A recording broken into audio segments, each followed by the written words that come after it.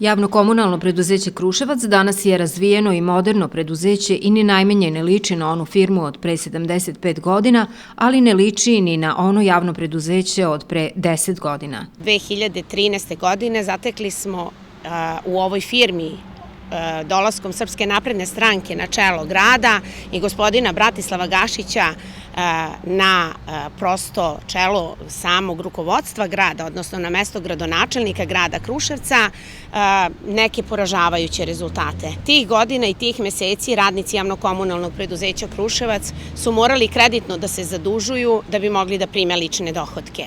Tih godina morali smo da pravimo reprograme otplate dugovanja za socijalna i penziona davanja.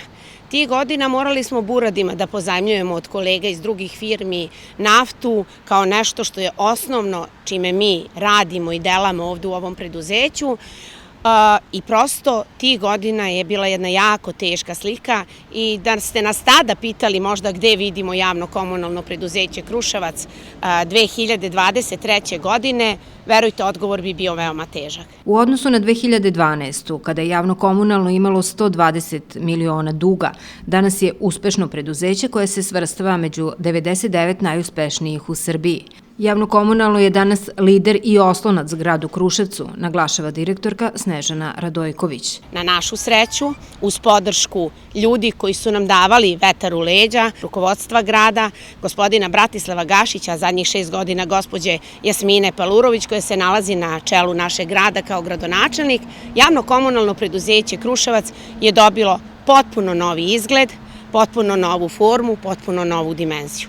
Javno-komunalno preduzeće Kruševac je proširilo svoje delatnosti. Mi danas u okviru našeg preduzeća imamo 13 radnih jedinica i službi koje sve podjednako rade uspešno. Ovo javno preduzeće danas se stara o zelenim površinama, ima novo prihvatilište za pse, razvija kapacitete. Radna atmosfera i međuljudski odnosi su na visokom nivou. Mi smo danas jedno moderno preduzeće. Radnici su nam možda najlepše i najkvalitetnije obučeni u celoj Srbiji od svih javnih komunalnih preduzeća. Naši kamioni, nekada ih je bilo samo 2, o tome najbolje mogu da govore i naši sindikalci i ljudi koji su nas pratili sve ove godine, kako je bilo teško postići raspored iznošenja smeća.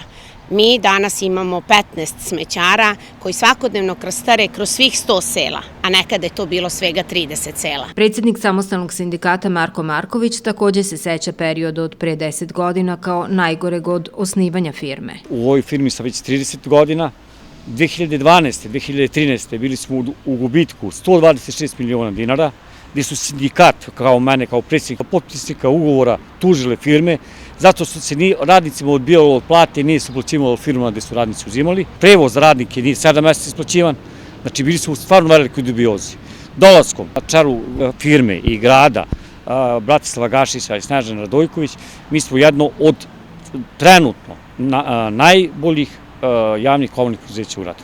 Radnici su zadovoljni i uslovima rada, i sa opremom koju imaju. Država je ovo kruševačko preduzeće prepoznala kao pouzdanog partnera u izgradnji Moravskog koridora. To je zaista jedna istorijska činjenica kako za grad Kruševac, tako i za nas. Mi smo veoma ponosni na tu činjenicu što ćemo biti deo te istorije, deo tog autoputa i prosto što ćemo dati svoj neki pečat i udeo u tome. Jer mi radimo svuda po Srbiji na mnogim lokacijama, pa normalno je bilo da radimo i ovo. U narednim godinama predstoji realizacija velikog i kompleksnog projekta Vlade Republike Srbije, izgradnje regionalnog centra za upravljanje otpadom.